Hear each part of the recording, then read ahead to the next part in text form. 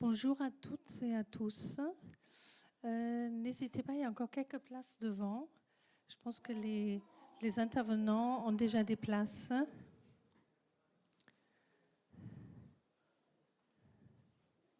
Je pense qu'on est à l'heure parce que du coup, il fallait commencer maintenant. Donc, je laisse installer les dernières personnes. Il y a encore une place devant. Ah ben, c'est bon.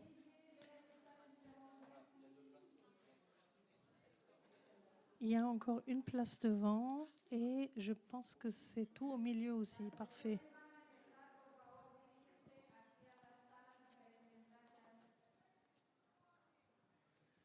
Donc bonjour à tout le monde. Cet atelier est en français entièrement, donc je vais essayer de parler très lentement. Cet atelier, il met l'accent sur la résilience du tourisme face au changement climatique, en cherchant à donner aux destinations et aux acteurs les moyens concrets de s'adapter et surtout d'anticiper positivement. Donc on va en parler aussi. Et puis les risques, donc anticiper ces risques. Il fournit une boîte à outils stratégique et opérationnelle pour aider les destinations à s'adapter au changement climatique à travers des cas réels,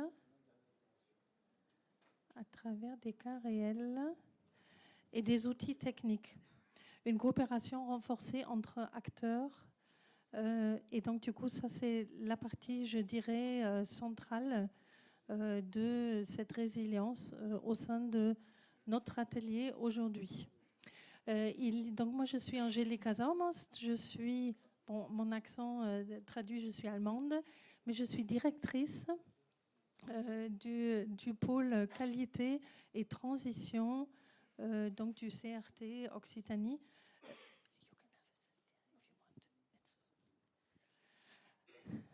Donc du coup, avec moi, il y a 4 intervenants. Donc David Seigneuric, le président du RECO. Ensuite, il y a Christine Portero-Esper, donc de la préfecture des Pyrénées-Orientales. Ensuite, on enchaîne avec Jean-Michel Clerc de l'agence ADOC. Et on finit avec Louise de Torcy du cabinet Rambol. Sur cette partie-là, on va commencer directement parce que sinon on prendra du retard sur cet atelier. J'attends que les dernières personnes se sont installées. Voilà, je crois. Est-ce qu'il reste des places, David? Il y en a une. D'accord, très bien. Juste un petit rappel, je pense qu'il faut que je le fasse.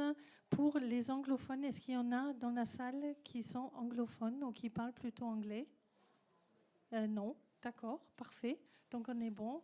Je vais m'économiser. Il y en a. Oui, d'accord. Donc il faut vous connecter à l'application qui va faire la traduction. Et puis, je demande aux intervenants de parler très lentement. Donc, on commence avec David Seigneuric. David, tu es président du RECO, tu es à Toulouse. Et donc, du coup, tu es un ancien ingénieur aéronautique converti justement comme expert du climat. Certifié en bilan carbone, tu accompagnes les collectivités entreprises dans les stratégies d'adaptation. Ton approche est systémique et pragmatique à la fois. Et donc, c'est pour accélérer les transitions résilientes. Et tu vas intervenir justement, si tu peux cliquer, sur les changements climatiques, impact et leviers d'adaptation pour le secteur du tourisme. C'est à toi. Merci Angélica. Et juste une petite précision, peut-être tu l'as pas dit, mais les questions sont entendues à la fin de nos 4 interventions successives. Donc si vous avez des questions, gardez-les au chaud. Et puis après on essaiera d'y répondre donc à la toute fin. Donc merci au CLR Hello de l'invitation, à Green Destination aussi. Et effectivement, je vais vous dire quelques mots des changements climatiques, de reposer le cadre. Ça a été fait ce matin, évidemment, lors de l'ouverture de cette session, de cet événement. Mais je vais redire quelques mots quand même. Déjà d'un constat, à partir d'un constat, on a un territoire en Occitanie qui est à la fois attractif mais vulnérable. Très vulnérable, on l'a dit, on est une région qui est aujourd'hui les plus soumises aux aléas climatiques en France. Et donc, ça reste effectivement une des premières destinations touristiques en France, mais aussi une des régions, voilà, les plus exposées. On a une carte, donc un style un peu naïf là qu'on utilise donc au RECO. Alors juste une précision, aujourd'hui notre association s'appelle Reconnexion, elle a été rebaptisée récemment, mais effectivement on vient du RECO et donc du réseau d'experts changement climatique en Occitanie. Notre vocation à nous aujourd'hui en tant qu'association est de venir au plus près des territoires pour faire de la sensibilisation et aider à déployer des politiques d'adaptation sur le territoire. Je ne sais pas pourquoi ça c'est... C'est bon, c'est revenu. On ne touche plus à rien. C'est la magie de l'informatique. Donc, je disais donc un territoire qui est riche. Effectivement, on le voit sur cette carte aussi, avec une grande variété de paysages, un littoral, plus de 200 km de côte, des montagnes évidemment, donc 4 régimes bioclimatiques qui ont forgé, façonné aussi ces paysages, qui en font la richesse en termes de biodiversité aussi, qui fait que la région Occitanie est d'un des 34 points chauds de biodiversité dans le sens justement de richesse. Et donc cette richesse, elle nous oblige aussi à sensibiliser et à respecter au mieux cette diversité sans qui nous ne serons rien. Donc on a effectivement aujourd'hui des changements climatiques qui sont présents. Ça a été redit ce matin. Ce n'est plus une projection dans quelques années, dans le futur. Ils sont là, on le ressent tous de manière concrète sur tout le territoire de l'Occitanie, évidemment, partout dans le monde. On a rappelé ce matin les dramatiques feux de forêt qu'il y a eu dans l'Aude cet été. Il y a une image ici sur la gauche. Voilà, c'est que des images ici qui sont extraites de l'Occitanie. On a souvent parlé des inondations, celles de Valence ont marqué les esprits. Là, c'est une image à Trèbes en 2018, c'était il n'y a pas si longtemps. Il y a eu aussi des morts. Voilà, ça peut être dramatique et ces changements climatiques, comme la sécheresse qu'on connaît par exemple dans les Pyrénées-Orientales, qui a duré plus de 3 ans et qui n'est pas encore tout à fait fini, qui se prolonge, évidemment, ça a des implications aussi en termes de résilience alimentaire, d'agriculture. Voilà. Et puis les retraits de côte, les vagues submersions, les retraits gonflements des argiles, qui est un peu une des spécificités de l'Occitanie. On en retrouve un peu partout en France, mais en Occitanie, on est très soumis à ce risque-là. Donc, il y a le fait que les argiles gonflent lors des inondations et puis au moment des sécheresses vont se rétracter. Et cet effet de gonflement-rétraction va faire que les bâtis au-dessus de cette terre vont être fragilisés. On va avoir des fissurations et potentiellement des écroulements de bâtis particuliers, collectifs, patrimoniaux. Donc ça aussi, c'est un des dangers auxquels on fait face, un des risques auxquels on fait face. Et quand on parle évidemment de réchauffement climatique, je disais en Occitanie, on est une des régions qui est fortement soumise à ces changements climatiques et à ce réchauffement. Là, on voit ces bandes, ces climate strips, où on voit effectivement l'évolution des températures au fur et à mesure des années. Ceux qui ont, comme moi, un peu plus de 40 ans, ont vécu dans les années 80 des étés effectivement beaucoup plus frais, globalement, en moyenne. Et on voit que c'est un temps révolu et qui ne reviendra pas avant plusieurs générations. Donc il y a quelque part un travail de deuil aussi à faire en se disant que ce qu'on a connu auparavant ne reviendra pas dans l'immédiat. On sait que la température, on sait que la planète va continuer à se réchauffer. Après, dans nos mains, on a la possibilité d'avoir différents scénarios de réchauffement. On peut effectivement rester sur des températures qui restent, on va dire, acceptables, sachant qu'aujourd'hui, on est en gros à plus de degrés par rapport à l'ère pré-industrielle en Occitanie, de réchauffement climatique. On pourrait arriver demain, si on ne fait rien, à du plus 5, ce qui est le scénario du pire, on va dire, en haut. Donc ça, c'est tout ce qu'on évite de faire, tout ce qu'on va essayer d'éviter de faire, et comment on va globalement, collectivement, changer nos habitudes pour ne pas en arriver là. Donc premier message, c'est la Terre se réchauffe et va continuer à se réchauffer. L'attractivité, elle est fragilisée. Donc on le sait, sur ces changements climatiques, ça a des implications directes sur notre milieu et aussi évidemment sur les activités qui sont réalisées dans ces milieux. On sait qu'on va avoir moins de neige en montagne, sans doute plus de pluie l'hiver, des étés plus longs et plus chauds. On l'expérimente déjà et ça va s'accentuer dans le futur. Ce qui est aujourd'hui exceptionnel va devenir la norme. Des espèces animales et végétales menacées, je l'ai dit, un grand réservoir de biodiversité, mais donc soumis aussi fragile, donc soumis à des menaces. Des ressources en eau sous tension. On est en Occitanie, un des endroits où il y a beaucoup d'eau finalement, mais on a déjà des problématiques de disponibilité de l'eau sur certains territoires. Je parlais des Pyrénées-Orientales entre autres, mais ce n'est pas le seul. Même ici, dans l'Hérault, vous avez connu des périodes assez compliquées.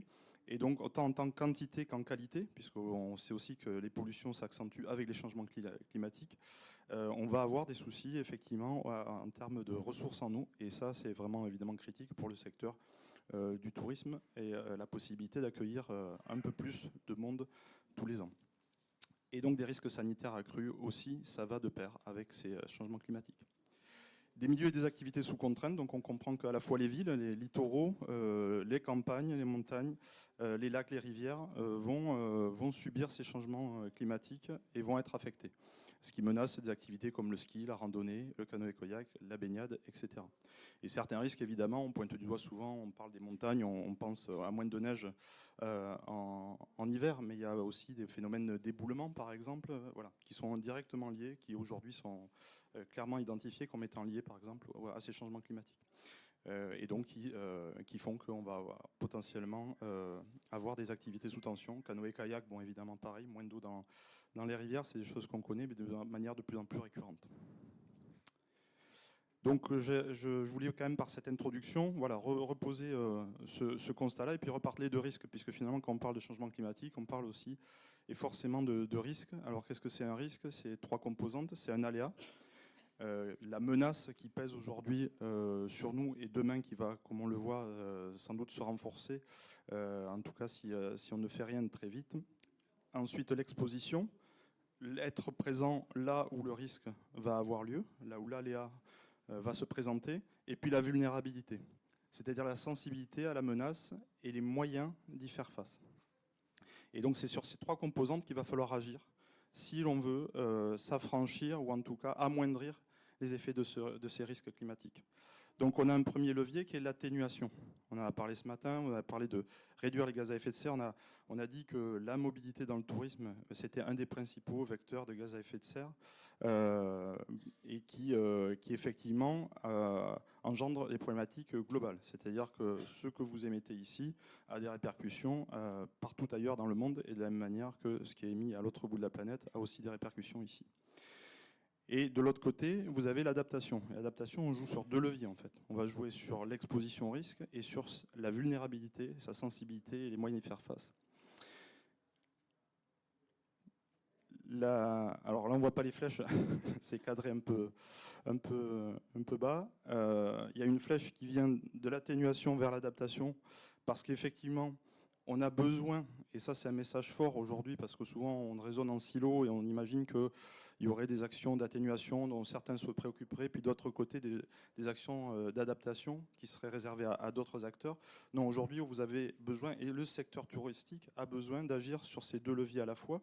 L'atténuation pour pouvoir s'y adapter. On comprend bien que si on ne fait rien et qu'on laisse la température dériver, quand je parlais de plus 5 degrés à l'horizon 2100, on comprend bien qu'on va avoir beaucoup de mal à s'adapter aux températures et aux changements climatiques globalement qui vont être engendrés par ce réchauffement climatique.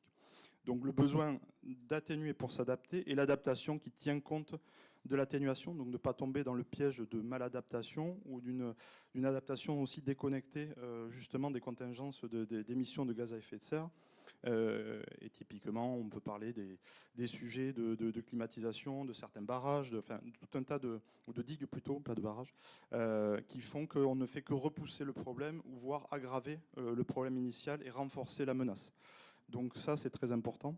Donc c'est éviter effectivement l'ingérable grâce à l'atténuation et gérer l'inévitable grâce à l'adaptation. Donc l'adaptation, on le voit, c'est tout de suite. Effectivement, on voit déjà que les effets sont là, donc il faut s'y adapter. Et quelles solutions, effectivement, on peut apporter après de manière durable. C'est-à-dire que c'est la première brique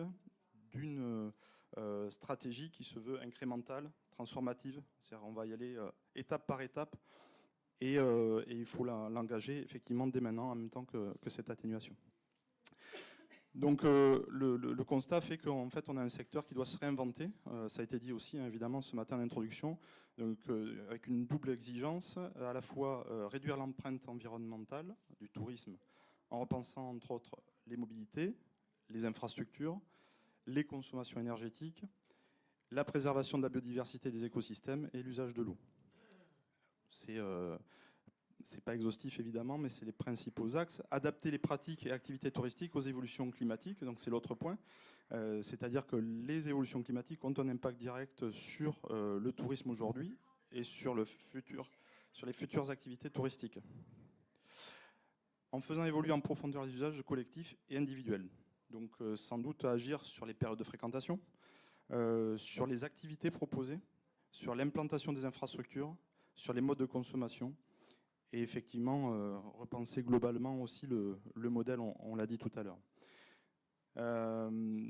Donc le message que je voulais porter, parce que l'idée c'est d'avancer, et donc avec Reconnexion entre autres sur le territoire, aujourd'hui, on essaie d'apporter ces solutions en mettant les acteurs autour de la table. On n'a pas des solutions toutes faites en la matière. Il faut raisonner de manière, Angélica l'a dit dans la présentation au début, de manière systémique, c'est-à-dire sur la combinaison des risques. Effectivement, ne pas raisonner en silo, chacun de son côté. Et donc, l'humain, c'est un facteur clé de réussite, c'est-à-dire de mettre les bonnes personnes autour de la table et faire en sorte qu'en fait, elles se parlent déjà, c'est un premier point, qu'elles exposent leurs intérêts communs et aussi potentiellement, évidemment, leurs divergences. Donc c'est partager le constat, sensibiliser les parties prenantes, évaluer d'abord son exposition et sa vulnérabilité, donc c'est un peu plus technique, mais aujourd'hui vous êtes partie prenante au même titre que les collectivités, etc. Vous êtes dans cet écosystème touristique forcément soumis à ces impacts, et donc il faut déjà analyser comment ces changements climatiques m'impactent directement sur mon territoire et là où s'exerce mon activité. Élaborer une réponse donc engageant les solidarités territoriales, je l'ai dit. Donc c'est vraiment l'idée de travailler tous ensemble sur ces questions-là. Penser et agir sur la combinaison des risques et actionner différentes pistes de solutions et expérimenter. Et ça, je pense, c'est assez central. L'idée, c'est de vraiment aller au-delà de solutions toutes faites ou qui seraient purement techniques. On a parlé de résilience. Résilience, ça résonne aussi avec sans doute sobriété, enfin, avec d'autres façons de pratiquer du tourisme. Ça a été un peu dit par l'anthropologue tout à l'heure, Saskia Cousin, mais c'est l'idée, c'est quand même d'être dans une approche quand même transformative et inventer quelque chose qui n'existe pas encore. On plonge dans l'inconnu, on peut anticiper certaines choses, mais on ne connaît pas tout. Et tous les climatologues s'accordent à dire qu'on aura forcément des surprises, toutes pas très bonnes sans doute, mais il va falloir anticiper au mieux ce qu'on peut anticiper aujourd'hui et demain inventer des nouvelles formes de tourisme. Voilà, merci. Merci beaucoup. Merci beaucoup, David. Donc, notez bien vos questions.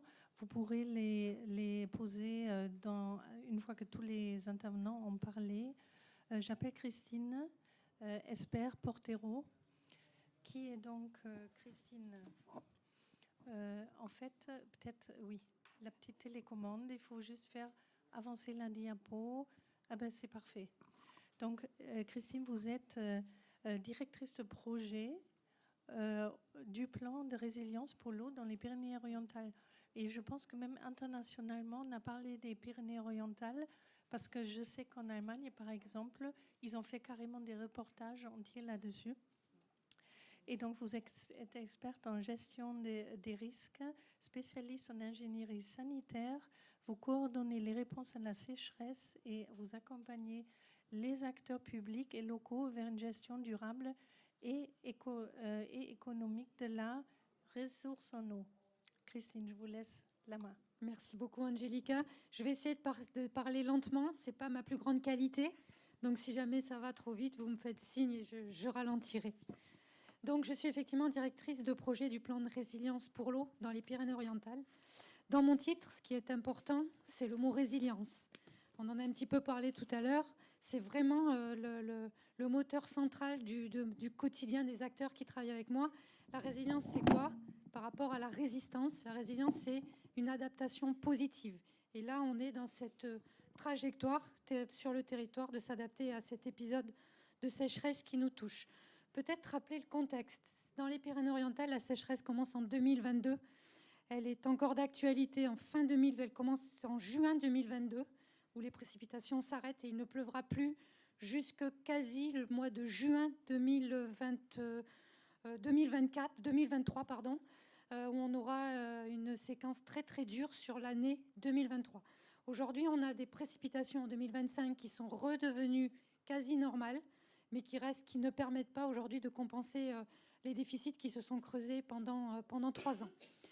Sur ces 3 années, on a eu 50% de pluviométrie en moins par rapport à la normale, une température moyenne supérieure de 2 degrés et une recharge des nappes profondes en déficit de 60 à 80% sur le territoire. Ce sont des données du BRGM. Ce qui fait que, alors là aussi, c'est pas très bien cadré, le BRGM, dans sa carte mensuelle, qualifie régulièrement et maintenant depuis 3 ans, le département des Pyrénées-Orientales comme département le plus sec de France, puisqu'on a la chance d'apparaître très souvent tout seul, sauf parfois en rouge, sur cette fameuse carte du BRGM. Donc, quand la crise arrive, le dur de la crise arrive en 2023, le préfet signe pour la première fois pour le territoire un arrêté de niveau de crise le 9 mai 2023. Et là, il faut trouver les premières mesures. On est aux portes de l'été, aux portes de la saison touristique. La question qui se pose à monsieur le préfet à ce moment-là, c'est est-ce que les ressources en eau sont suffisantes? Est-ce qu'on va pouvoir accueillir les touristes dans de bonnes conditions? Donc très vite, l'ensemble des acteurs se met autour de la table et répond dans un premier temps sur des solutions de crise. Alors je reviendrai là-dessus après. Des premières solutions d'urgence qui sont mises en place très vite par un processus qui est la clé en fait de toutes les difficultés, quelles que soient les difficultés qui apparaissent, qui est le dialogue. Dialogue entre tous les acteurs. Habituellement, le sujet de l'eau est plutôt confisqué, je dirais presque, par les acteurs de l'eau, par les techniciens de l'eau. Là, sur cette séquence-là, tous les acteurs ont pris part à l'échange, ont pris part à la solution. Le monde du tourisme, qui n'est pas un spécialiste de l'eau, était présent et a apporté sa solution. Des solutions qui ont été, par exemple, les chartes d'engagement qui ont été signées par les restaurateurs et par la Fédération d'hôtellerie de plein air, avec des petites choses simples, mais qui montraient l'engagement du monde du tourisme sur la sobriété en eau. Alors ça allait depuis la sensibilisation des touristes, ça allait sur la gestion des glaçons, c'est des petites choses simples, mais il y avait aussi une trajectoire, une stratégie qui avait été posée par la préfecture, c'était qu'une goutte devait servir 2 fois. Et ça a nourri aussi la solidarité. C'était de dire, OK, les campings, vous avez des piscines, les hôtels, vous avez des piscines, mais là, on va changer, on demande à l'ARS de nous dire comment on peut gérer différemment les piscines, avec un cadre, une exigence sanitaire maintenue, mais avec moins d'eau. Donc, il y a eu tout un tas de conseils sur la gestion des pédiluves, sur la gestion les modes les stratégies de filtration, de recyclage, de lavage de filtres, etc., avec la Fédération nationale des professionnels de la piscine. Donc un nouveau cadre a été posé. Et donc, par exemple, la plupart des campings et beaucoup d'hôtels ont stocké l'eau de lavage de filtres dans des cuves, dans des bâches. Et ces cuves et ces bâches étaient utilisées par le SDIS pour venir remplir les citernes d'eau brute, ou alors étaient utilisées par les collectivités pour venir arroser les espaces verts et maintenir à minima les arbres, en tout cas les arbres nouvellement plantés en état, ou étaient utilisées pour le nettoyage des voiries, puisque tous ces usages étaient interdits par l'arrêté sécheresse. Donc c'était cette idée d'une goutte pour servir 2 fois, ça peut sembler petit à petite échelle, mais en tout cas ça a enclenché quelque chose qui est le deuxième moteur quand on gère une crise comme celle à laquelle on est confronté, qui est la confiance et la solidarité. Donc ça, c'était un travail vraiment... ça semble anecdotique, mais ça a enclenché en tout cas un dialogue entre le monde agricole et le monde du tourisme qui a été extrêmement positif. Parce que quand on est à ce moment-là, en mai 2023, le monde de l'agricole passe sur des niveaux de restriction jamais vus. c'est-à-dire arboriculteurs, maraîchers, etc., sans l'incapacité d'arroser. Et en même temps, et de voir les touristes qui continuent d'arriver, il y avait un truc qui pouvait apparaître et ouvrir une guerre de l'eau. Par ces échanges, par ces petites solutions, on a évité cette guerre de l'eau. Et puis, à un moment donné, on s'est dit, on ne peut pas, puisque la situation dure, on passe 2023, il ne pleut pas vraiment, 2024 arrive, on est toujours en déficit. Donc là, l'ensemble des acteurs se dit, on ne peut pas rester sur des mesures de gestion de crise, il faut qu'on passe avec une trajectoire plus pérenne, quelque chose de plus durable, et la trajectoire de résilience s'écrit. Et l'ensemble des acteurs rédigent le plan de résilience pour l'eau qui sera signé par le ministre de l'Environnement le 24 mai 2024. C'est certes un plan qui est porté par la préfecture, mais c'est le plan de tout le territoire et de tous les acteurs du territoire. Il est signé par l'ensemble des syndicats de bassin versant, il est signé par le conseil régional, par le conseil départemental, par l'agence de l'eau et par toutes les communautés de communes du territoire.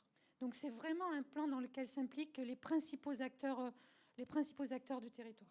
Il est composé de 5 axes et de 7 grands projets prioritaires identifiés sans regret. 5 axes, un axe connaissance, mieux connaître la ressource pour mieux la gérer, un axe agir sur les besoins, en gros les économies d'eau, un axe agir sur la ressource, trouver des ressources de substitution, un exemple à Réhut, un axe financement et gouvernance. Le plan dispose, je ne rentrerai pas dans les détails, mais d'une gouvernance qui lui est propre, composée d'un comité stratégique présidé par le préfet, d'un comité technique, d'un comité des financeurs, d'une cellule opérationnelle qui se réunit tous les 15 jours, et évidemment de la clé de voûte pour que ça fonctionne, d'un groupe, l'ensemble des groupes projets. 7 projets prioritaires ont été identifiés à l'amont de la signature. La préfecture a tenu des revues de projets par bassin versant pour identifier avec les acteurs quels projets étaient suffisamment mûrs et présentaient des leviers suffisants pour pouvoir être identifiés d'emblée comme projets prioritaires devant être portés, soutenus et accompagnés par le plan de résilience. Sur les solutions structurantes qui sont portées par les acteurs du tourisme, je ne rentrerai pas, je vais me concentrer sur le tourisme, je ne rentrerai pas dans le monde agricole. Pour autant, tout ce qui est fait pour le monde agricole, pour sécuriser l'agriculture sur le territoire, participe évidemment quelque part à la qualité de la destination touristique, parce que nos paysages catalans, sans les vignes, si je prends le secteur de Collioure ou le secteur de la vallée de l'Agly pour ceux qui connaissent, n'auraient pas la qualité qu'ils ont aujourd'hui. Donc, travailler pour le monde agricole et sécuriser le monde agricole, quelque part, c'est aussi sécuriser le tourisme, ou en tout cas la qualité de la destination. Mais comme je peux pas, comme on est limité en temps, alors voilà, donc ça, c'est la magie de la technologie. Donc, alors, en termes de... Ah, très bien. Donc, en termes d'engagement plus structurant, les acteurs du tourisme se sont fortement engagés dans tout ce qui est technologie de la sobriété, sur recyclage des lavages de filtres des piscines. On a 17 000 mètres cubes par an aujourd'hui. Je vous donne un exemple sur quelques établissements, parcs aquatiques par exemple, qui sont récupérés grâce au recyclage du lavage des filtres. Le processus des eaux grises, qui mériterait d'être encore boosté, mais dans lequel les acteurs du tourisme s'engagent. Un levier qui est fortement activé et qui montre son efficacité, c'est tout ce qui est compteur connecté. C'est-à-dire que les établissements surveillent leur consommation d'eau, sont capables de dire sur ce secteur de mon camping, manifestement j'ai une consommation de nuit anormale, j'ai une fuite, et en tout cas une réactivité beaucoup plus grande, et on a des résultats très intéressants sur la sobriété. Deuxième point très important dans lequel le monde du tourisme s'est engagé, c'est la connaissance des prélèvements. Sur le territoire, on a 2000 forages professionnels, on va dire. Sur ces 2000 forages, la plupart des forages appartiennent au monde agricole. Il y en a presque 1000 sur lesquels les mondes agricoles travaillent à la régularisation, et une petite centaine sur lesquels les acteurs du tourisme travaillent. Le processus est engagé, et les dépôts de dossiers doivent être terminés d'ici la fin de l'année. Ça aussi, c'est un point important, parce que cette meilleure connaissance, je disais tout à l'heure, mieux on connaît ses prélèvements, mieux on connaît ses besoins, mieux on peut piloter, mieux on peut discuter quand on se retrouve tous autour d'une table avec, par exemple, les producteurs d'eau potable qui, au mètre cube près, savent combien ils vont produire.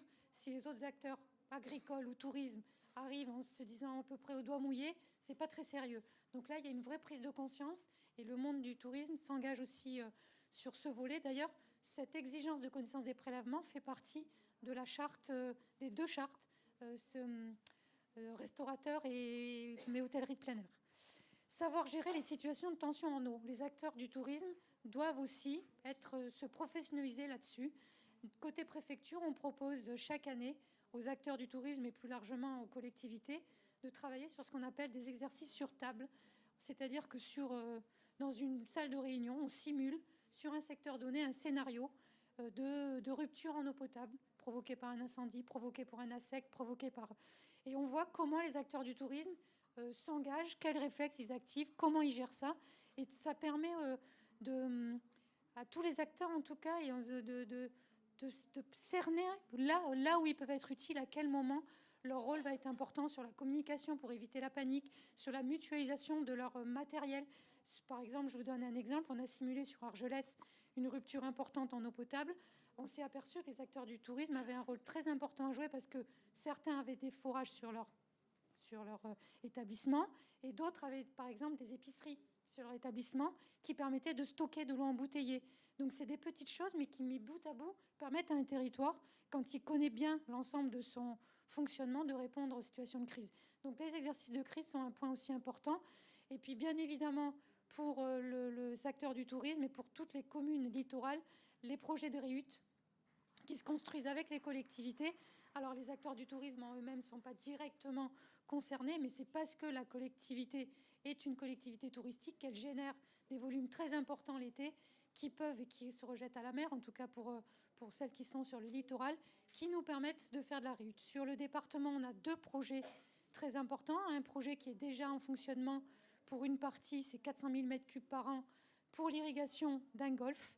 Et donc le golfe de Saint-Cyprien peut fonctionner, et donc qui est un pôle d'attractivité important pour le secteur, qui peut fonctionner parce qu'il est arrosé en réhute et parce qu'il n'est pas soumis aux restrictions d'arrosage.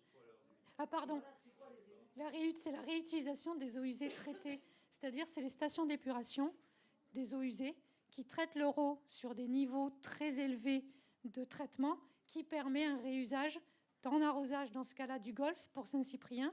Et pour Argelès, c'est pas noté.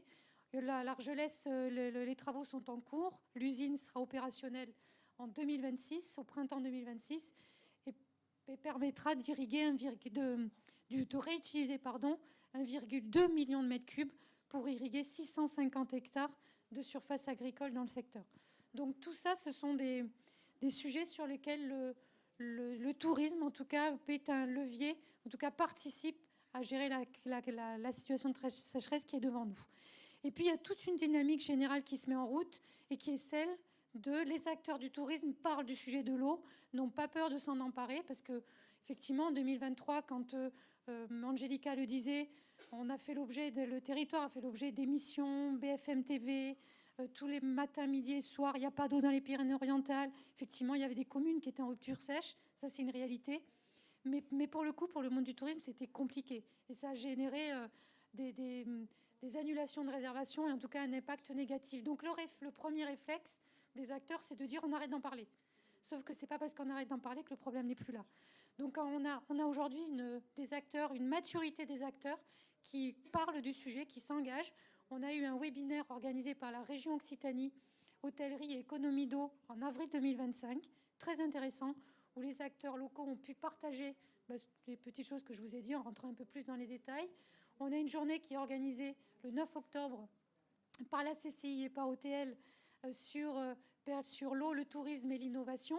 L'idée, c'est de dire qu'on a aussi devant nous peut-être un levier pour montrer un savoir-faire, un levier technologique, un levier d'adaptation, enfin en tout cas un savoir-faire sur l'adaptation, qui est aussi un critère que les acteurs peuvent valoriser.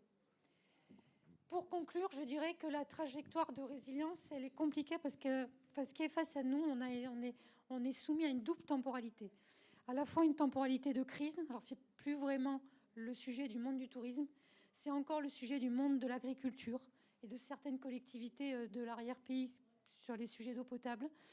Et on a de l'autre côté la trajectoire de la résilience qu'on doit engager. Et parfois, les solutions de la crise, parce qu'il faut amener des réponses aux gens qui n'ont pas d'eau, aux agriculteurs qui sont dans le rouge cramoisi en termes de finances parce qu'ils ne rentrent pas de récolte. Et le monde viticole aujourd'hui, sur notre territoire, est dans une situation absolument dramatique.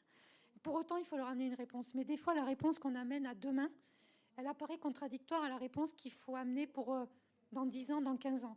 Et on peut amener ces deux niveaux de réponse qu'à une seule condition, c'est qu'on a créé un climat de confiance entre les acteurs et que les acteurs se disent « Bon, ok, j'active cette solution qui n'apparaît pas une bonne solution pour le long terme, mais parce que je sais que les acteurs sont en train de s'engager pour plus tard. » Et si on veut que les transitions puissent se faire, il faut donner un petit peu de temps aux acteurs. Et le temps, chez nous, c'est de l'eau. Donc voilà, on a parfois ces échanges qui ne sont pas toujours simples à comprendre. Et c'est pour ça qu'il faut que tous les acteurs s'emparent du sujet de l'eau, pas simplement les techniciens. Et puis pour terminer, s'engager sur une gestion durable de l'eau, ce n'est pas du tout incompatible avec une offre touristique de qualité, bien au contraire. Par contre, ne pas le faire, je vous laisse conclure. Voilà, merci. Merci beaucoup, Christine. Merci beaucoup. Du coup, j'appelle Jean-Michel Clerc. Alors, juste petite info que je commence à glisser. Alors, nous travaillons d'ailleurs avec Jean-Michel Clerc, donc, qui est un expert dans tout ce qui est risque et risque hydrologique. Nous travaillons avec Jean-Michel depuis quelques années déjà sur différents projets européens. Et actuellement, on a un projet européen en cours qui s'appelle ERIT-ADAPT. Et donc, j'ouvre petite parenthèse, il y aura une conférence demain dans une salle plus loin où l'ensemble des partenaires européens vont témoigner. Justement, il sera super complémentaire. Vous aurez plein d'idées et de bonnes pratiques. Jean-Michel, alors ton PowerPoint, il est en anglais. Je l'avais fait en pensant que la salle serait mixte. Serait mixte, et je crois qu'elle est mixte. Donc, du coup, attends, je vais quand même lire ton titre en français. Tu vas nous parler de réduire les vulnérabilités du secteur touristique face aux risques hydrologiques, une approche fondée sur la sensibilisation et l'innovation. Je te laisse la main. Merci Angélica. Donc moi je travaille à ADOC, donc, qui est l'agence régionale de développement économique de la région Occitanie. Et c'est vrai qu'il y a une très longue culture de sensibiliser les acteurs à l'utilisation des eaux au pluriel. Alors je vais parler effectivement d'un programme européen qui est un programme LIFE dans lequel effectivement a participé également Angélica. Ce programme LIFE avait démarré en 2020 et s'est arrêté l'année dernière. Il a assemblé 8 partenaires avec un pilotage par l'Eurorégion qui est basé à Perpignan. Là-dessus, vous avez des partenaires aux Baléares avec le Conseil environnemental des Baléares, un cluster d'entreprises qui s'occupe d'eau et aussi d'industrie chimique. À Barcelone, les gens de l'agence catalane de l'eau, l'équivalent d'une agence de l'eau en France, Eurecat et CWP, Catalan Water Partnership, qui sont des acteurs en collaboration, interface, recherche, entreprise. Alors l'objectif de ce projet qui avait été déposé assez tôt, pourquoi? C'est parce qu'on s'est aperçu que ce phénomène de sécheresse, en fait, il intervient il y a longtemps. Pourquoi? Dès les années 2015, on voit que le cycle hydrologique s'est déplacé et que la période de basses eaux, c'est-à-dire quand on est au minimum d'eau dans les cours d'eau ou dans les eaux souterraines, on a vu que ce minimum, en fait, se déplaçait, que ce cycle hydrologique, il s'allongeait. C'est-à-dire au lieu d'avoir 12 mois, 13 mois, 14, 15, 16, 17, 18. Et après, on arrive à la situation, effectivement, des Pyrénées-Orientales, où, effectivement, pendant un certain temps, il ne pleut plus et où on est sur une chute continue. Alors l'objectif de ce programme, c'était surtout d'avoir déjà une information des acteurs du tourisme, une sensibilisation des touristes, d'amener une réduction des consommations d'eau. Donc ce qui était visé, c'était 10%, qui est aussi dans le cas du plan eau national français, promouvoir l'économie circulaire de l'eau et favoriser les collaborations entre à la fois administration et puis ensemble des utilisateurs de l'eau pour le tourisme. Alors, je ne reviendrai pas là-dessus, David Seigneury en a parlé tout à l'heure. Les 3 régions là, sont vraiment confrontées au changement climatique avec effectivement la partie chaleur, la partie diminution des débits d'eau et d'aquifères de recharge. La chose qui est quand même très différente, c'est qu'on a des contextes sociopolitiques, économiques et politiques qui ne sont pas les mêmes. Et ça, je dirais, ça joue beaucoup, puisque la perception de l'eau et sa valeur n'est pas du tout la même, et les réglementations à l'époque ne permettaient pas les mêmes choses. Aujourd'hui, la France est le pays en Europe, en tout cas, qui a la réglementation la plus évoluée en termes de recyclage. A contrario, l'Espagne a adopté une nouvelle réglementation sur la réutilisation des eaux usées urbaines traitées qu'en octobre 2024. L'ancien texte était beaucoup plus ancien. Donc pour montrer, effectivement, ça c'est à l'échelle de l'Occitanie et c'est les données du Centre régional de tourisme et de loisirs. Vous voyez un peu la répartition des touristes français et étrangers qui viennent en Occitanie. Vous voyez qu'en fait les pointes sont atteintes essentiellement en fait aux alentours du 15 août et du 14 juillet. Et on voit que sur la partie fréquentation, ben, cette notion de fréquentation touristique, elle monte régulièrement. Donc si elle monte régulièrement, ben, ça veut dire qu'on a des usagers de l'eau qui sont plus nombreux. Et dans le même temps, ben, il se construit toujours des infrastructures, alors qui peuvent être des nouveaux hôtels, mais aussi des nouvelles piscines chaque année. Et là-dessus, ben, ce poids du tourisme, il augmente au fur et à mesure du temps. Alors, un des éléments importants qui rejoint ce qu'a dit David Signori tout à l'heure, c'est qu'en fait, ces pointes se situent malheureusement dans des zones où effectivement on a la majorité des mesures d'arrêté sécheresse qui interviennent et on a effectivement des impacts qui sont forts en termes de retrait gonflement argile. Alors, ça peut fracturer des bassins de piscine, ça fracture aussi surtout les réseaux d'eau. Et si on fait ça, ben, ça va amener plus de fuites d'eau sur les réseaux. Ça fragilise aussi les équipements communs. On a parlé tout à l'heure d'épicerie ou autre. Et là-dedans, ben, paradoxalement, cette notion d'exposition au risque, aujourd'hui, elle se révèle en fait insuffisamment prise en compte, en particulier quand on a des phénomènes orageux. Pour la petite anecdote, il y a eu à la Grande Botte, qui est une cité littorale que certains vont aller visiter, un orage le 14 août, et le 15 août, le taureau piscine, il est annulé. Pourquoi ? Eh bien parce que les arènes, elles sont inondées. Donc vous voyez que même sur une cité qui est sur du sable, on peut arrêter une activité tout simplement parce qu'il y a trop d'eau en fait, et que l'orage a été assez violent.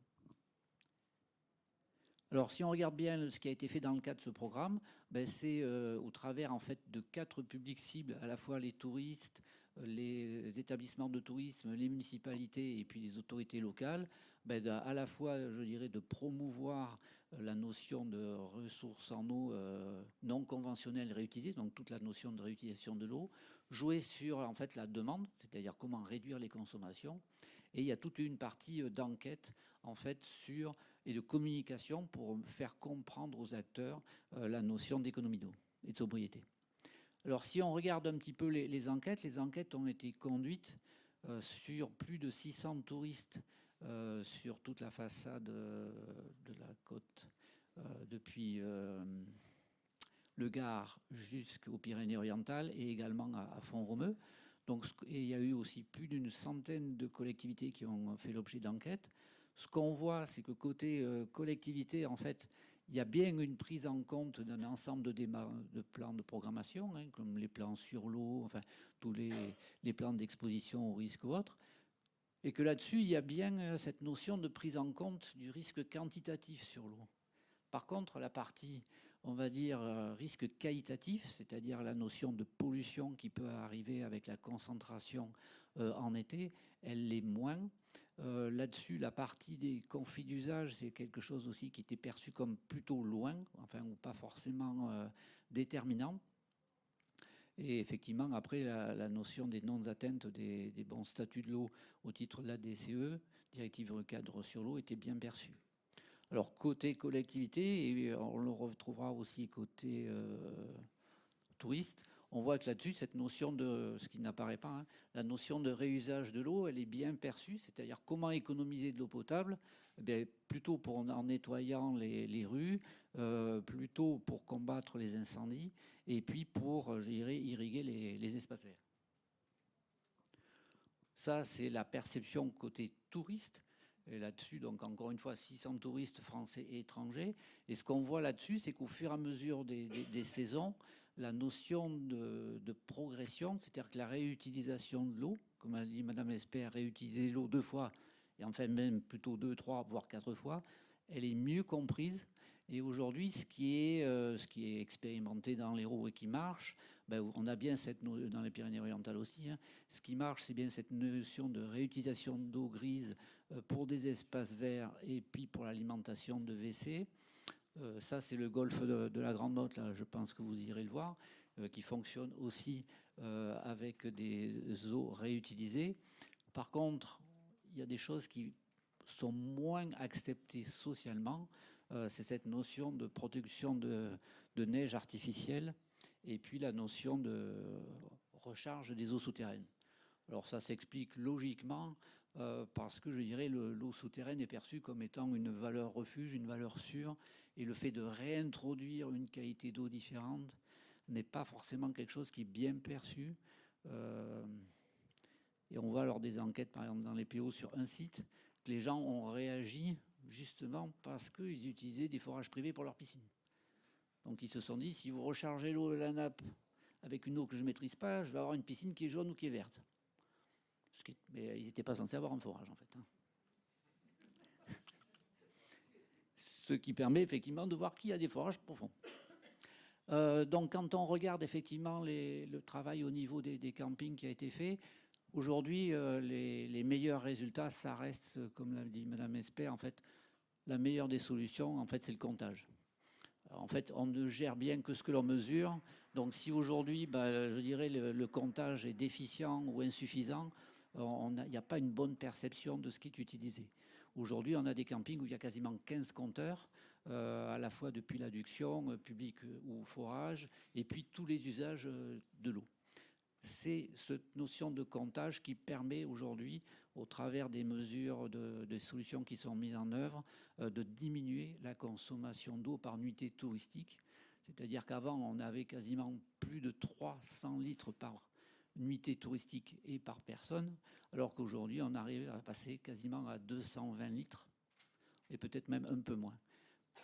Mais il faut bien voir une chose, c'est que la notion importante, c'est que si on a un parc aquatique qui est grand, le parc aquatique, même s'il n'y a pas de tourisme, pas de touristes, il consomme de l'eau à cause de l'évaporation.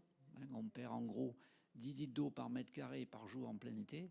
Et puis, au travers, effectivement, du fonctionnement avec les filtres ou autres, automatiquement, on va perdre de l'eau.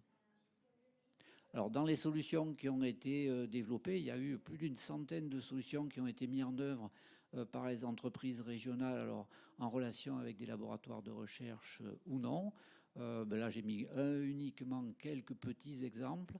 On a parlé tout à l'heure de recyclage d'eau de filtre piscine, mais on peut aussi éviter directement la consommation d'eau en utilisant d'autres médias qui amènent quasiment 50% d'économie d'eau en moins directement en jouant sur des matériaux issus de l'eau potable.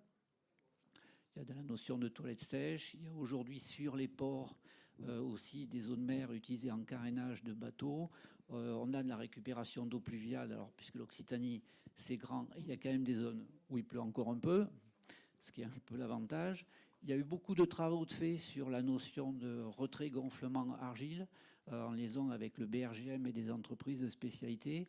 Et aujourd'hui, on arrive petit à petit à combattre ce phénomène. Et à l'autre bout, on a aussi effectivement du carnet sanitaire numérique, effectivement, qui permet de mieux récupérer l'ensemble des résultats et d'avoir une vision plus juste, je dirais, du devenir de l'eau et comment, dans un camping, on peut gérer de l'eau sur plusieurs années, ce qui ouvre ensuite la voie en fait, à utiliser l'intelligence artificielle. Sur les Pyrénées-Orientales ont été développés le Visio 66. On a des bornes d'information. Là, il y en a une qui est à Banyuls, il y en a une aussi à Argelès. Et sur la partie informée, on a le volet que vous pouvez utiliser aujourd'hui qui est Info Sécheresse. Aujourd'hui, on a des accès libres et on a en termes de programmation, simulation, une vision en fait de l'état des nappes d'eau souterraines, je dirais en termes de niveau, à quasiment 90 jours. Donc aujourd'hui, on a bien des outils de prévision et ça correspond quand même à plus de 6 ans de travail pour arriver à ce type de résultat que l'on n'a pas encore en fait sur les eaux de surface. Alors, le seul message que j'aurais voulu dire, voilà, moi je resterai sur cette phrase en fait du prix Nobel de 1934 en fait de Lord Kelvin, c'est qu'en fait on ne gère bien en tout cas que ce que l'on mesure, et s'il y a bien un domaine qui s'y prête, c'est bien l'eau. Aujourd'hui, s'il n'y a pas de compteur, il n'y a pas de prise de conscience. Et ce comptage, il est valable sur des eaux de surface, des eaux souterraines, des eaux que l'on récupère sur des toitures et des eaux recyclées. Sur des eaux recyclées, si on ne maîtrise pas les volumes, on ne peut pas associer une qualité d'eau et on ne peut pas associer une traçabilité du mètre cube. Donc par rapport aux touristes, il y a quand même là un choc, puisque lui, il vient, il va quand même payer un prix relativement élevé. Et c'est important d'avoir cette notion de transparence. Et en fait, souvent les meilleurs résultats, c'est des pictogrammes à l'africaine, là, comme ça, qui ont donné de bons résultats et sur lequel est associée la feuille de résultats de l'ARS. Je vais m'arrêter là. Merci beaucoup, Jean-Michel.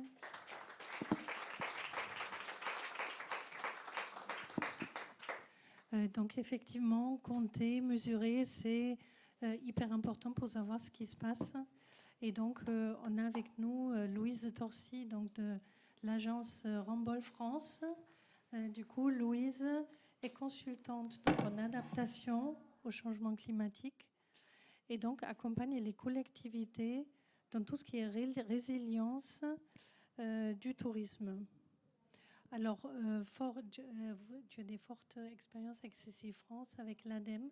Et d'ailleurs, l'ADEME t'a confié un dossier autour de la création d'un outil d'autodiagnostic Adaptour, autodiagnostic au risque, dédié carrément au tourisme. Et donc, je te laisse la main. Merci Angelica, bonjour à tous. Donc moi je vais aujourd'hui vous présenter l'outil Adaptour. Donc comme disait Angelica, c'est un outil d'autodiagnostic de risque dédié à la filière tourisme, donc à la fois les entreprises ou les territoires. Donc pour la petite histoire, Adaptour, ça a donc été créé en 2024. Donc dans le cadre de la réalisation de la stratégie nationale d'adaptation du tourisme au changement climatique, donc qui a été commandée par l'ADEME, que Ramboll a réalisé pour le compte de l'ADEME. Et donc dans ce cadre-là, on a développé l'outil Adaptour en complément qui permet de réaliser la partie de diagnostic de risque. Depuis cette année-là, en 2025, on accompagne 7 territoires dans la prise en main de l'outil et de la méthodologie.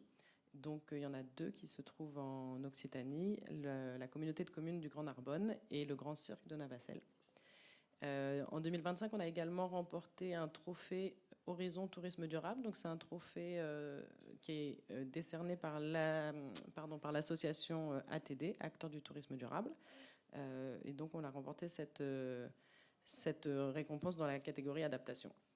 Et donc en 2026, on espère accompagner davantage de territoires et d'entreprises. Donc pour le rappel, la méthodologie ADEME, elle se base sur 4 principales étapes. Une première étape de dimensionnement de la démarche, une seconde étape de diagnostic de risque, une troisième étape à l'issue du diagnostic de mise en place de la stratégie d'adaptation. Et enfin, en dernière étape, à l'issue de la mise en place de la stratégie et du plan d'action, la mise en place d'indicateurs de suivi et le système, la gouvernance et de suivi des actions et du déroulement de la stratégie. Et donc l'outil Adaptour là qu'on vous présente, il va juste permettre de faire la seconde étape, celle du diagnostic de risque. Donc juste avant de vous présenter l'outil, j'aurais juste voulu revenir sur un petit, on va dire, détail sémantique ou un petit rappel sémantique. Donc En fait, il est important dans la notion de risque climatique de ne pas confondre avec l'impact climatique. Donc, l'aléa climatique, ça va être le changement des températures, le changement du régime de précipitation. L'impact climatique, ça va être la sécheresse, ça va être l'inondation. Par contre, le risque, c'est une notion qui est plus complexe. Donc là, c'est la définition telle que prévue par le GIEC dans son dernier rapport. Donc le risque, en fait, il est le résultat de 3 composants. Donc l'aléa climatique, l'exposition et la vulnérabilité. Et donc la vulnérabilité qui est elle-même composée de deux critères. Ça a été rappelé par David tout à l'heure, mais je vais juste rappeler puis rentrer peut-être un peu plus en détail. Donc là, en fait, l'enjeu de mesurer le risque de cette manière, ça va permettre en fait de pouvoir hiérarchiser les enjeux pour le territoire et de pouvoir hiérarchiser les enjeux à la fois dans le temps, à la fois par filière, à la fois par zone, et donc d'avoir à l'issue du diagnostic des éléments beaucoup plus clairs, beaucoup plus précis, de manière à pouvoir engager un plan d'action et de réfléchir à une stratégie qui répondent à des enjeux qui seront chiffrés, quantifiés, objectivés. Donc maintenant, je passe à la structure de l'outil, donc à la présentation de l'outil. Donc Adaptour, c'est un outil qui est disponible en ligne gratuitement. Vous le retrouvez sur le site, la librairie de l'ADEME. Il est en français, pardon, je suis désolée, et puis disponible pour la France métropolitaine. Donc voilà, donc vous le retrouvez en ligne. Il se compose donc, il s'adresse à la fois aux entreprises et aux territoires. Moi, je vais vous présenter juste la version de territoire aujourd'hui.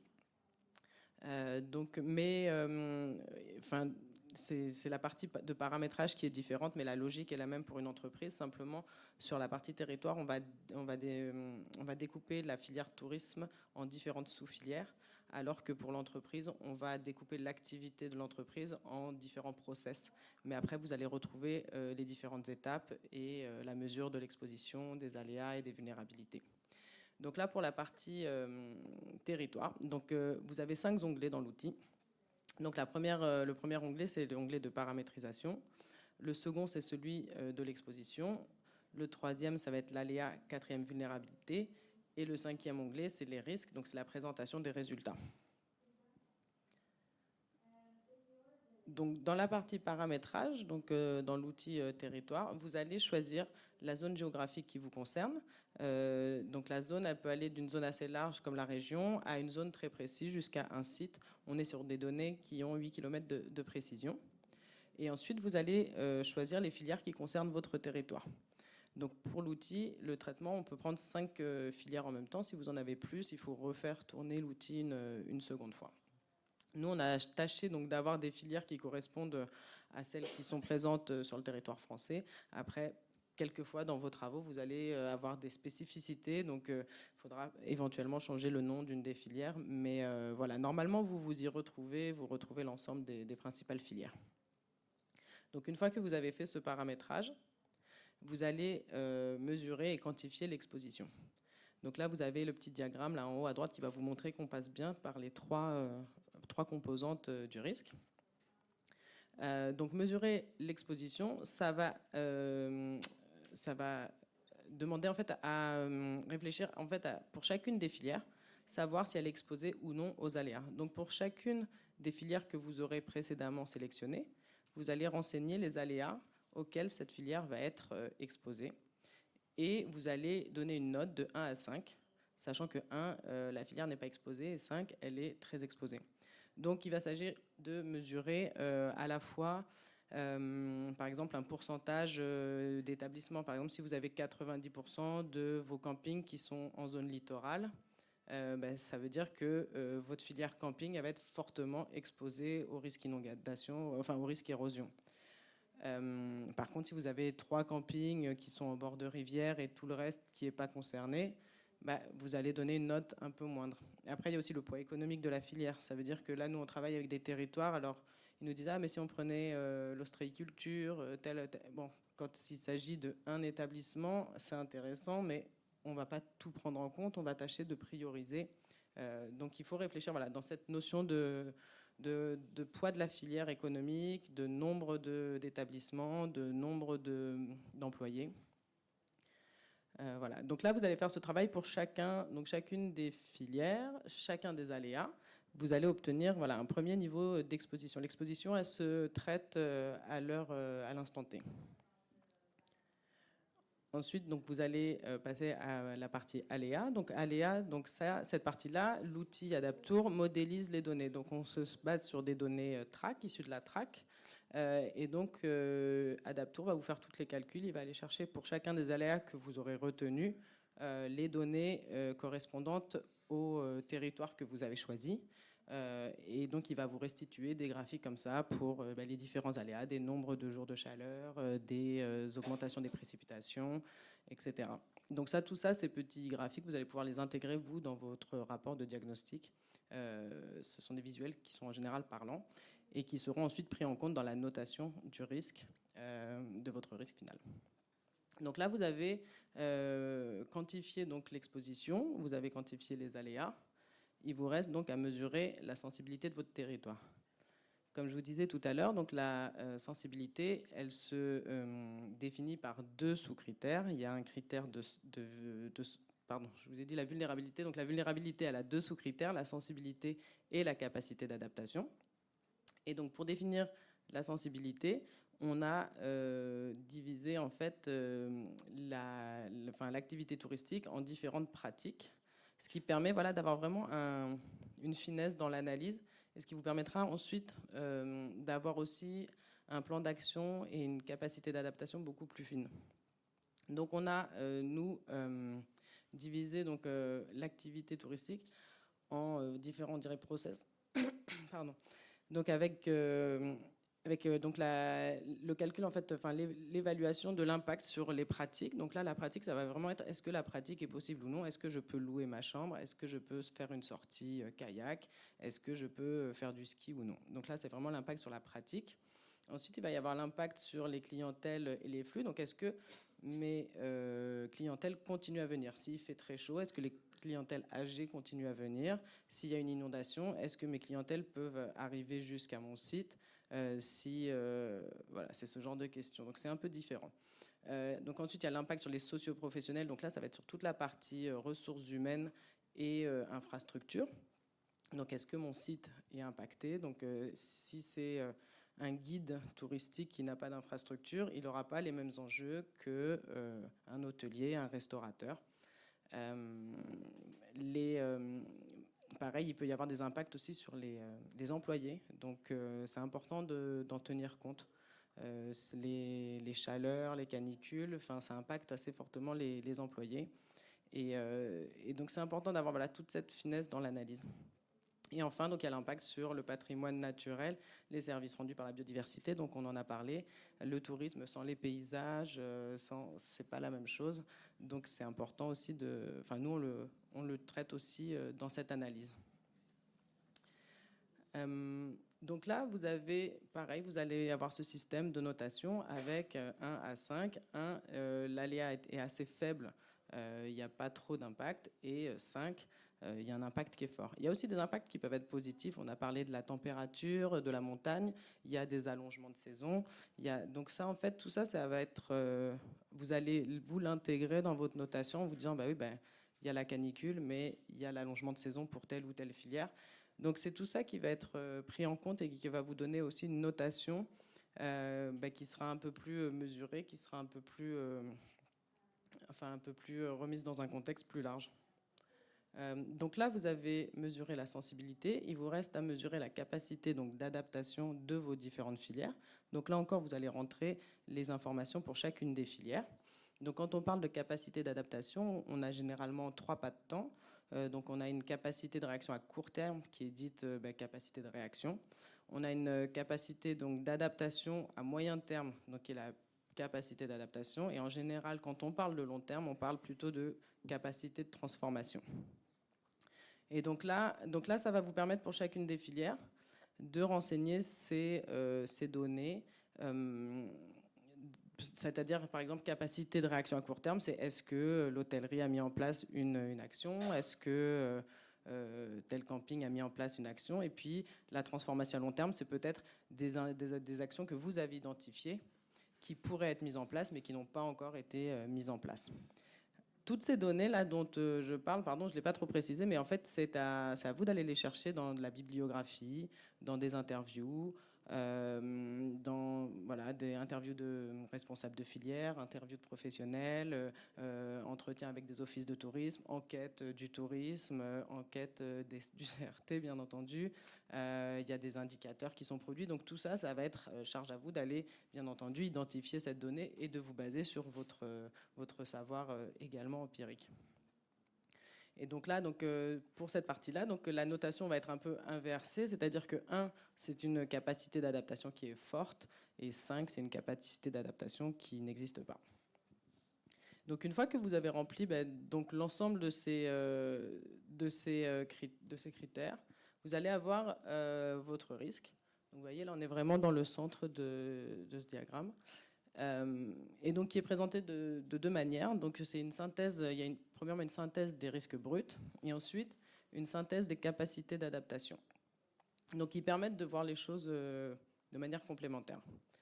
Donc la synthèse des risques bruts, donc elle est présentée pour chacune des filières. Donc là vous allez retrouver, voilà, c'est assez normalement intuitif, des codes couleurs. Rouge, le risque est fort, flèche vers le haut, le risque augmente. Vert, il y a peu de risques, et flèche vers le bas, le risque est en baisse. Donc logiquement, c'est assez intuitif. Et donc là, ça va vous permettre pour une filière de vous dire, les impacts, ils sont plus forts sur les pratiques, moins forts sur les sociopros ou moins forts sur les infrastructures. Ça va vous permettre aussi, vous, d'orienter votre stratégie d'adaptation, vos aides, vos réflexions, vos études, si vous menez des études, et aussi de réfléchir par aléa. Là, on voit que les canicules sont l'aléa principal. Donc ça, peut-être que vous le savez, on va dire, parce que vous connaissez votre territoire. Après, peut-être que vous n'avez pas le détail en tête pour chacune des filières sur chaque catégorie d'impact. Donc c'est ça qui sera peut-être intéressant. Et d'avoir aussi cette notion de est-ce que le risque augmente, c'est-à-dire la flèche augmente, ou est-ce que le risque se stabilise. Cette flèche, elle augmente si l'aléa augmente, bien entendu, mais également s'il y a des capacités d'action ou de réaction qui sont mises en place. Vous avez dans les petites colonnes de droite, voilà, les capacités qui sont prises en compte. Et donc le second mode de présentation, donc c'est la synthèse par capacité d'adaptation. Donc là, vous allez avoir une comparaison des différentes filières, et pour chacune des filières, on va vous indiquer si en fonction des retours qui ont été faits, s'il reste des risques résiduels ou si, au contraire, des actions ont été mises en place, ce qui fera mécaniquement redescendre le risque. Et donc là, vous voyez de manière assez synthétique, vous allez voir, la filière A, je manque de capacité de réaction, tandis que la filière C, je manque de capacité d'adaptation, et la filière B, finalement, il y a peut-être des aléas, il y a peut-être une exposition, mais en définitive, il y a des actions qui sont déjà mises en place, qui sont prises, et qui n'en font pas une filière prioritaire pour votre territoire, en tout cas dans le plan d'adaptation. Donc voilà, on a tâché de faire un outil assez parlant et qui soit accessible à tous.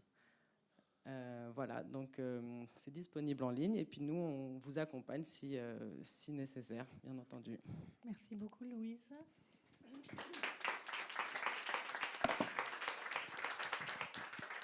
Alors, on voulait donner un temps d'intervention, de questions-réponses. Et donc, je ne sais pas s'il y en a, si vous en avez des questions. On a juste quelques minutes. J'ai aucune idée à quelle heure il faut terminer, parce qu'on avait commencé avec 20 minutes de retard. Il est 13 heures. Donc, on a 15 minutes pour une question, ou deux, ou trois, ou quatre. Qui avait une question ? Là. Je vous passe le micro qui fonctionne normalement. Vous pouvez vous présenter aussi. Oui, bonjour. Sophie Massal, je suis responsable transition climatique à la métropole de Montpellier. Et j'avais une réaction sur la notion de réutilisation des eaux usées dans les Pyrénées-Orientales ou plus largement en Occitanie. Parce que nous, dans l'Hérault, on a reçu une circulaire préfectorale qui nous indiquait que la réutilisation était à limiter pour soutenir les niveaux d'étiage des cours d'eau. Et donc, finalement, c'était un levier sur lequel on fondait pas mal d'espoir, mais finalement qui ne s'avère pas largement mobilisable, en tous les cas pas autant qu'on le pensait initialement. Donc voilà, j'aurais voulu avoir une réaction sur ce sujet. Peut-être pour répondre, Christine. Oui, alors c'est vrai, on a le même souci sur les Pyrénées-Orientales. La réhute qu'on fait dans les Pyrénées-Orientales, c'est la réhute littorale, quand le rejet se faisait en mer. À chaque fois qu'on est sur des réhutes terrestres, rejet sur terre, on est soumis à ce sujet et on peut réutiliser qu'une fraction, dans le meilleur des cas, qu'une fraction du rejet. Oui, je serais tenté de dire que c'est un débat qui est très ancien, ça. Ça remonte quasiment en fait aux premières réutilisations de l'eau des années 90. Et en fait, il faut montrer qu'en fait, par rapport au débit quinquennal sec, vous avez quand même un minimum d'eau par rapport au milieu aquatique. Sans ça, effectivement, ça va être difficile. Ça concerne la notion de réutilisation des eaux usées urbaines traitées. Là-dessus, si vous utilisez une réutilisation d'eau grise, vous ne serez pas touché par ce phénomène-là. Mais c'est des volumes plus petits, je suis d'accord avec vous. Merci beaucoup. D'autres questions? Petite, grande? Oui. Merci. May I in English? Yes, please Yeah. present yourself. My name is Sotr, coming from Macedonia, from the town of Kruševo and the municipality. So maybe the question is for the third speaker, for Monsieur Michel, regarding, for example, when we talked about the water, and do we think that we should have some crisis management plan or something similar to that in situation where also the response from the citizens comes and says, oh, the tourists are responsible for lack of water, for lack of quality of water, etc., etc. I guess in your presentations, all of you have answered most of the question, but still, I would like to hear something more add up of this. Thank you. Donc la question portait notamment sur le plan, s'il faut avoir un plan d'économie d'eau et notamment avec toute cette question liée au tourisme. Donc Jean-Michel, Attends, je vais récupérer. Tac. Si possible en anglais, si tu peux. Tu traduis. Je traduis. Ça sera mieux traduit. Mais peut-être ça se traduit automatiquement. Ça se traduit automatiquement. Oui, ce que je voulais dire, c'est, je l'ai montré tout à l'heure, en fait, dans les résultats, c'est la notion du diagnostic initial. Que ce soit un établissement de tourisme ou que ce soit une entreprise qui utilise de l'eau, la notion de diagnostic initial, c'est-à-dire on utilise de l'eau en fait pour faire quoi? Pour de la piscine, pour de l'habitat, pour de l'espace vert ou pour une production, je dirais, agroalimentaire. En fait, la clé, c'est d'abord le diagnostic. Le diagnostic alimente un plan d'action. Et le plan d'action, en fait, on ne peut pas tout faire en une fois. Donc c'est un plan d'action qui est progressif, qui est pluriannuel. Et on démarre, en fait, en général, par la notion de mesure de l'eau, ensuite la notion d'économie et ensuite la notion de transformation. C'est-à-dire, j'enlève un process ou un équipement qui est ancien et je le récupère par un process plus moderne qui va consommer quasiment pas d'eau. Mais il y a bien cette programmation dans le temps. Et côté inondation, parce que en fait, le couple infernal, c'est sécheresse-inondation. Dans la notion d'inondation, c'est la prise en compte, ça a été dit tout à l'heure, de l'exposition. Et qu'est-ce qu'on peut mettre en œuvre facilement? Alors, ce qu'on peut mettre en œuvre facilement, c'est bien la notion, effectivement, des plans et afficher, en tout cas, les plans pour que les gens puissent, je dirais, se regrouper et ont été mis en œuvre sur des campings, des zones ou des habitats refuges pour lutter contre, effectivement, le phénomène de tempête ou de submersion marine. Et les infrastructures mettent aussi en œuvre des dispositifs de bâtards d'eau, hein, des barrières anti-inondation par rapport à des épiceries, vous l'avez dit tout à l'heure, mais aussi par rapport à des locaux piscines qui sont parfois en zone inondable ou qui sont exposés à la submersion marine. Certains dispositifs sont connectés, c'est-à-dire en fait dès que l'alerte arrivent, ils se déploient automatiquement, ou alors ils sont manuels. S'ils sont manuels, c'est la notion d'exercice de crise dont a parlé tout à l'heure Madame Espert qui est pertinente. L'exercice de crise, ça marche pour sécheresse et ça marche pour inondation. Merci beaucoup. Est-ce qu'il y a d'autres questions? Some other questions? Do not hesitate. We have just some minutes left. On a quelques minutes qui restent. Eh bien, si personne, moi, je vais quand même juste parler 2 mots du projet Heritadapt. Donc, il y a mes deux collègues qui sont là, Kostas de la région Western Greece et Athanasios du centre de recherche d'Athéna. Il y avait tout à l'heure aussi Laura de Granada qui travaille sur l'Alhambra. Et donc, du coup, c'était pour vous dire que demain après-midi, en quelque sorte, nous, on va continuer toutes ces discussions qu'on a aujourd'hui. On va aller sur des cas hyper pratiques, sur des méthodes, sur des outils, mais aussi le fameux raise awareness, c'est-à-dire faire comprendre. Et donc, il y a quelques super solutions chez nos voisins européens. Et donc, on va en discuter demain, y compris sur notre site pilote qui est Villefranche-de-Conflans, Christine.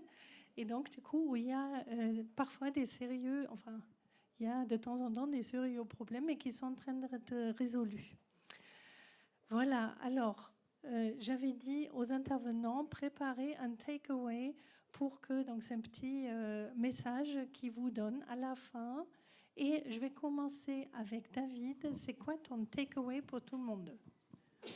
Alors, mon takeaway, c'est qu'on parlait de résilience et je pense que le tourisme, c'est une belle façon en fait d'expérimenter cette résilience un peu partout. C'est vraiment passer par c'est ce moment dédié, ce moment qu'on va prendre pour soi, pour justement expérimenter ce qu'on pourrait ramener, justement, qu'on pourrait ramener chez soi. Et je l'ai dit dans ma slide, mais l'humain, elle est forcément au cœur de cette problématique. On est vecteur du problème à la base, on est aussi victime, mais on est vecteur de solutions. Et c'est justement en expérimentant qu'on va arriver tous ensemble, globalement, à s'en sortir. Voilà. Très bien, merci. Christine. Alors moi, je dirais pour mon takeaway, jouer collectif. Jouer collectif, le monde du tourisme, jouer à côté des agriculteurs, jouer aux côtés des collectivités, parce que seul on va plus vite, mais ensemble on va plus loin. Et le sujet de l'eau, c'est un sujet qui demande à ce qu'on soit souple, qu'on soit agile, qu'on soit à l'écoute et qu'on sorte de nos habituelles zones de confort et de nos habituels partenaires. Le sujet de l'eau, c'est pas votre sujet, comme ça dit première intention, mais ça doit le devenir. Et donc voilà, jouer collectif, travailler un terrain de confiance et puis tous les obstacles, on les passe. Parfait, donc 2 fois l'humain. C'est quoi ton takeaway? Ben, moi, je vais la jouer ressources naturelles et je serais tenté de dire buvez de l'eau. Alors, j'ai rien contre le vin, hein, mais pourquoi buvez de l'eau? C'est parce que tout simplement, ou utilisez l'eau de l'Occitanie, c'est parce que grâce aux techniques isotopiques, on montre que certaines eaux qui sont utilisées dans la région, elles ont 5000 ans. Et quand vous allez à Balaruc tremper dans de l'eau thermale, c'est un mélange en fait d'eau dans lequel les eaux marines ont quand même 13 500 ans. Donc, ça rejoint à la fois le patrimoine qui vous fait du bien en termes magnésium, calcium, oligo-éléments et autres. Et après, vous pouvez l'emporter parce que c'est une relique historique. Donc, des eaux à 13 500 ans ou à 5 000 ans, vous pouvez les garder chez vous parce qu'elles sont exemptes de pollution radioactive. Et aujourd'hui, c'est quand même une valeur sûre, on va dire. Et là-dessus, c'est encore pas des eaux qui sont influencées par le changement climatique. Très bien, merci. Pour finir, Louise. Merci. Moi, ce que j'avais envie de dire, c'était qu'aujourd'hui, il y avait beaucoup de données disponibles, en tout cas. Beaucoup de données sur les projections climatiques, beaucoup de données de retour d'expérience de professionnels. Donc, je rejoindrai un peu ce que disaient mes prédécesseurs, c'est-à-dire il faut aller chercher de la donnée là où elle est disponible. Donc, effectivement, aller chercher des experts, aller chercher des partenaires pour mettre en place vos projets. Et aussi de ne pas avoir peur, il faut se lancer. En fait, c'est un sujet qui est complexe, l'adaptation. Et aujourd'hui, voilà, il y a tout un ensemble de solutions, un écosystème de savoir qui existe, et il ne faut pas hésiter à se lancer, parce que c'est en se lançant qu'on se rend compte qu'on peut être actif et qu'on peut résoudre les choses. Et voilà, c'est ça mon message à moi. Ben, parfait. Merci Louise. Merci à vous tous. Donc, du coup, effectivement, cette question de l'adaptation au changement climatique, on poursuit demain après-midi à travers un atelier en anglais. Donc, du coup, sur ce que je vous disais avant. Et donc, en attendant, je pense que vous pouvez aller déjeuner. Et donc, on se retrouve au déjeuner. Merci.